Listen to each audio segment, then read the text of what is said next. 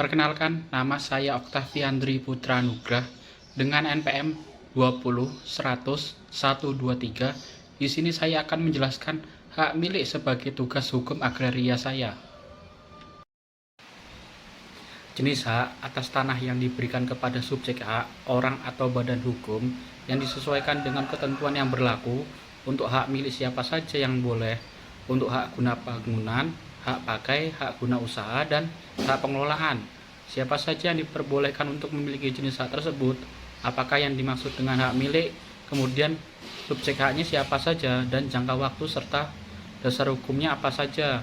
Bagaimana jika misal subjeknya berhak memperoleh hak atas tanah tersebut, tetapi sesuai dengan ketentuan yang berlaku, dia tidak dapat, dan hanya boleh memperolehkan hak atas tanah HGB, maka hak atas tanah yang sebelumnya adalah hak milik akan disesuaikan dengan menjadi HGB. Bagaimana jika suami istri, suaminya warga negara Indonesia, istrinya warga negara asing? Bagaimana tentang hak atas tanahnya?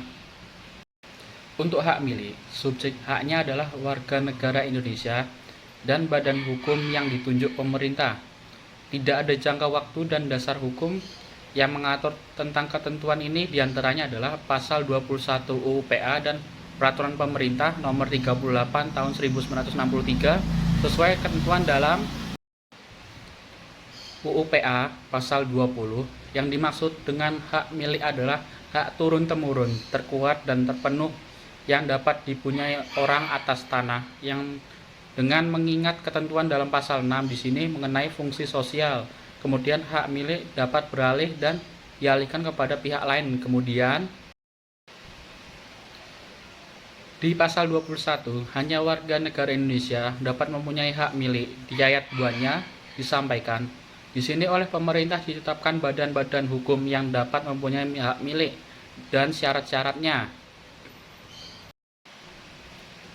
Di ayat 3 di sini diatur mengenai orang asing yang sesudah berlakunya undang-undang ini memperoleh hak milik karena pewarisan tanpa wasiat atau pencampuran harta, karena perkawinan. Dengan demikian pula warga negara Indonesia yang mempunyai hak milik dan setelah berlakunya undang-undang ini kehilangan kewarganegaraannya wajib melepaskan hak itu dalam jangka waktu 1 tahun sejak diperolehnya hak tersebut atau hilangnya kewarganegaraan itu.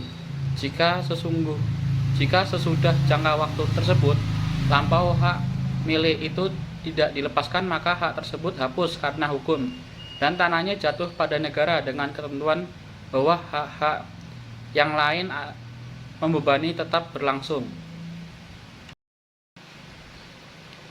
Di ayat 4, selama seseorang di samping kewarganegaraan Indonesianya mempunyai kewarganegaraan asing, maka ia tidak dapat mempunyai tanah dengan hak milik. Dan bagaimana berlaku ketentuan dalam ayat 3 pasal ini? Hak milik hapus karena beberapa hal diatur dalam pasal 27. Yang pertama adalah tanah jatuh kepada negara karena pencabutan hak berdasarkan pasal 18, karena penyerahan dengan sukarela oleh pemiliknya, karena ditelantarkan karena ketentuan pasal 21 ayat 3 dan pasal 26 ayat 2. Dan selanjutnya adalah karena tanahnya musnah. Selanjutnya kita coba membuka mengenai peraturan pemerintah nomor 38 tahun 1963 tentang penunjukan badan-badan hukum yang dapat mempunyai hak milik atas tanah. Berdasarkan keputusan Menteri Negara Agraria atau Kepala Badan Pertahanan Nasional nomor 16 tahun 1997 tentang perubahan hak milik menjadi hak guna bangunan atau hak pakai dan guna bangunan menjadi hak pakai.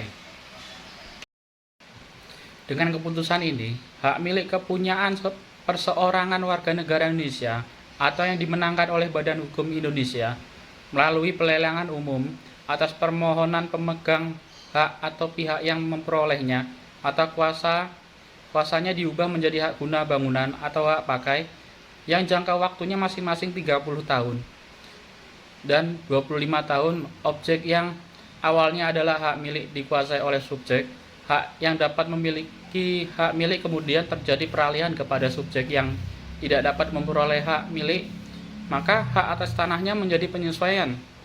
dengan subjek haknya, guna bangunan atau hak pakai.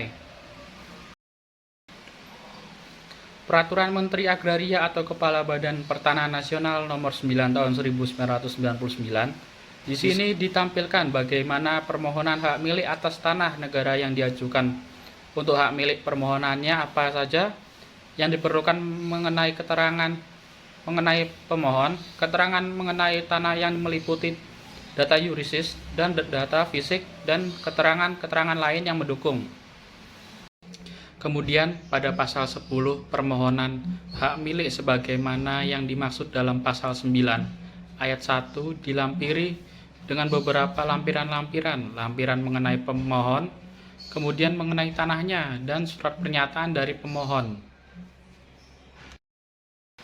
Sekian penjelasan saya mengenai hak milik, kurang lebihnya mohon maaf. Terima kasih.